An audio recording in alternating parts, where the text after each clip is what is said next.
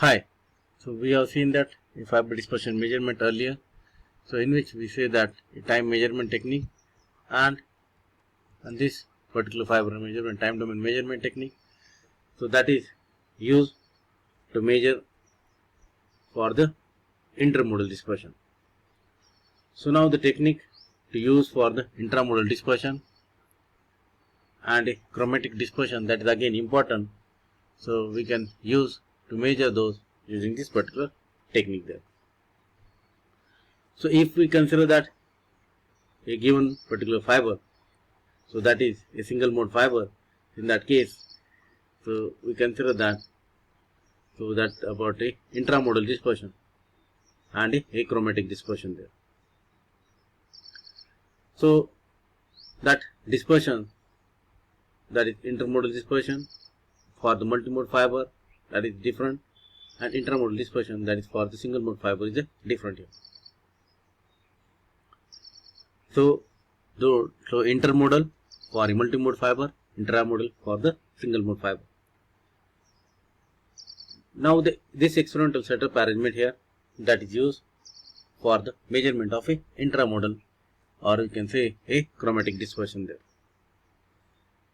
So the pulse delay versus a optical wavelength is measured, that is for the both long and a short fiber lengths. So this one is about a wavelength source there, this one is about pulse generator. Wavelength source, that is about a sample fiber, here it is a detector, and that wavelength is measured for both long and a short fiber. This source is generally a laser considered because it is tuned for the given particular wavelength. So that wavelength is fixed, so we can measure only the whatever the difference. So the delay difference for the length difference, so we can calculate that in terms of for a specific group delay per unit length, and that we can calculate that this one a length difference of the given particular fiber. So that is about your here we can calculate that. Okay, that is about a group delay per unit length, and that length is a different distance there. So that from this particular equation, so we can find out the chromatic dispersion, that is delta of lambda for the given wavelength. It is nothing but whatever the difference in this particular group delay, and what will be the difference in the whatever the with respect to a wavelength there. Even we can calculate that slope of the dispersion there. And this pulse delay method is also one of the two RTMs to obtain the chromatic dispersion in the single mode fiber there. That is recommended by International Telecommunication Unit, and that we can measure that particular fiber measurement. That is a dispersion measurement. Another dispersion measurement technique, we use a frequency domain measurement. So earlier we have seen that a time domain measurement.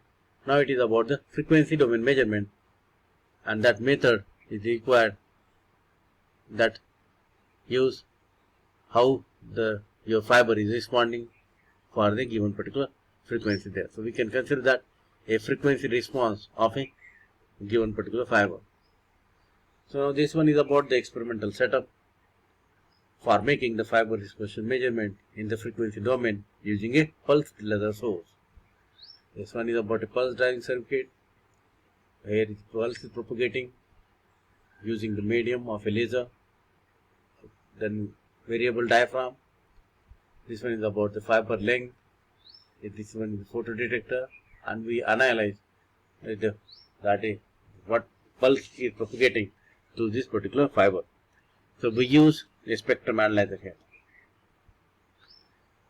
So now this particular fiber, if we consider that this particular slope, we consider that a spectrum for the given particular pulse there. So we use here a pulse measurement, and for that particular pulse, whatever the output spectrum occurs from the given particular fiber that is to be measured there. So this particular fiber, it will work for this narrowband region, and we can say supposed to be a pulse is to be measured there.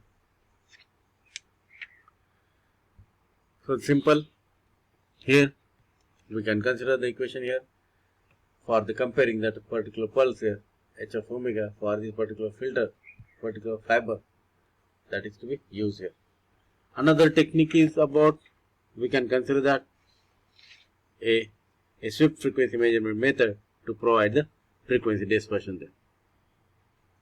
And in this particular technique, okay, earlier case that a spectrum analyzer is used to obtain the particular spectrum there. Now even here we can again use the spectrum analyzer here, that is to measure that what is the swept frequency in this particular fiber there. So if you see that in this particular figure here, that is we can consider a cutback or a substitution procedure that is earlier we have seen in the time domain measurement. A spectrum analyzer provides no information on the phase of the received signal.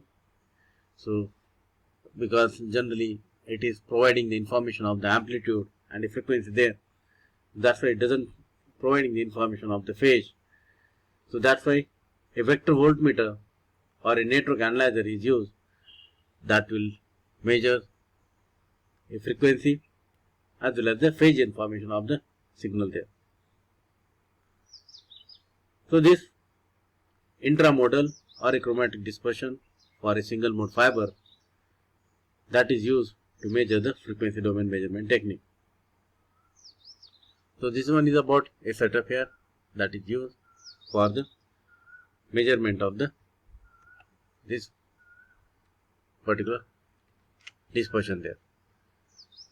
So for a given optical length, if you see that, we can calculate that for a given particular fiber length of a single mode L, and we can find out what is the groove velocity, and that is corresponding to the given length of the fiber there. So we can calculate that a phase that is propagating, as well as we can find out the specific group delay, so that is used for the measurement of the frequency dispersion there. So what signal is transmitted through the given particular fiber, and we can find out that particular signal at the end there. Even we can consider this equation to identify that whatever the specific group velocity, that is specific group delay here for the given particular fiber. So another measurement here, that is the fiber refractive index profile measurement. So refractive index profile of the fiber that is used here generally, that considers, because we should know that what is the refractive index profile of a core and a refractive index profile of this particular cladding, and that a profile of the refractive index that define the two different fibers, that we say that a single a step index fiber and a gradient index fiber. So throughout the core, if it is a step index fiber, the refractive index is a constant, but at the boundaries of a cladding and core and cladding, so there is abrupt change in the refractive index. So for any given particular fiber, we consider that a core refractive index profile is to be a constant throughout the fiber there.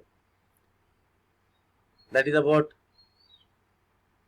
a theoretical way, but in a practical, sometimes at the time of manufacturing or something else, so that particular refractive index changes, there may be a small variation, and because of that small variation in the refractive index, so there may be a losses occur inside the fiber there. So the refractive index profile of the fiber core plays an important role in characterizing the properties of the optical fiber. Because we say that when light is launched inside the fiber, we should know that what is the refractive index of a core and a cladding. So that's why we can obtain what is the capability of a fiber, so that what will be the numerical aperture of a fiber, or what is the acceptance angle of the fiber, and that acceptance angle is depending upon the a core refractive index of the fiber. If we consider that fiber for the different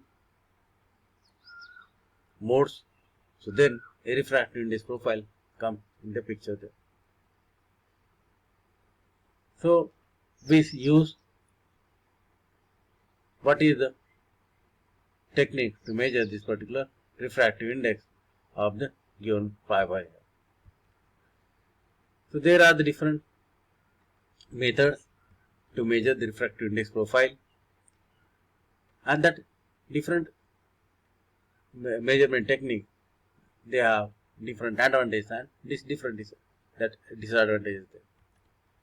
So this one is the interferometric method for the measurement of a fiber refractive index profile. So this method is widely used to determine the refractive index profile of the given optical fiber. And in this particular fiber, that technique, a small particular fiber is used, and that particular fiber is considered, and we have a simple setup here, that is for the measurement of the refractive index method, refractive index profile, that is about the interferometer. That this one is about the principle of interferometer, this one is about a microscope, here the beam splitter, then a sample, then we have a mirror here, and then a beam splitter, signal propagating through it, mirror, then it is to be split here. So we have a microscope there. Second diagram, that is about the interference fringe pattern obtained with the interference microscope from the gradient index fiber here. And this technique involves that preparation of a thin slice of a fiber which has a both ends accurately polished to obtain the square and optically flat surface. And this particular slab or this particular slice of the fiber is immersed in an index matching fluid, and an assembly is examined with the interference microscope. Two major methods are then employed, using either a transmitted light interferometer or a reflected light interferometer. Because we have a mirror here, so you can directly calculate that is transmitted light or a reflected light there, interferometer. So this one, in both the case, light from the microscope travels from normal to the given particular fiber slice and to the fiber there, and we can find out the difference in the refractive index because it has two different paths. So signal light here directly, we can have two different paths there. So we can calculate that a difference in this particular light path there, optical light path length there. When the phase of the incident light is compared with the phase of the emerging light, a field of a parallel interference fringes is observed. A photograph of this particular fringe pattern is taken, that is for the example here it is shown here, and this one, that fringe displacement for the points within the fiber core, that will be measured using the reference. So refractive index difference between the point in the fiber core and the cladding can be obtained from this whatever the shift occur in this given fringe, and that fringe which correspond to the number of fringe displacement there. And this particular difference is calculated that with respect to the whatever the shift is there, fringe shift and a refractive index.